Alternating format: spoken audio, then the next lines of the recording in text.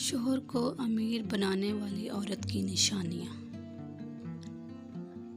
मर्द की गैरत का अंदाज़ा उसकी औरत के लिबास से होता है। जब बीवी रोती है और अपने आप को कोसती है तो शोहर की जेब से बरकत उठ जाती है। बीवी का रूठ जाना सुन्नत आयशा है और बीवी को मनाना सुन्नत रसूल सल्लल्लाहु अलैहि वसल्लम है। जिस औरत में ये 5 निशानियाँ होंगी उसका शौहर बहुत जल्द अमीर हो जाएगा। ऐसी औरत जो फजूल खर्च ना हो, ऐसी औरत जो अल्लाह का शुक्र अदा करती हो और अल्लाह की राह में हलाल माल खर्च करती हो,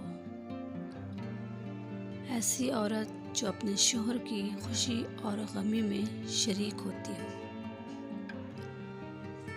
ऐसी औरत जो अपने शौहर की अदम मौजूदगी में उसके माल और इज़्ज़त की हिफाजत करती हो,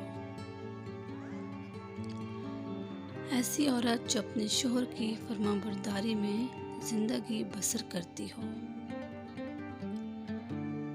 मियाँ बीवी का रिश्ता ऐसा है जिसमें धूप हो या छाँव, एक दूसरे के बगैर गुजारा नहीं।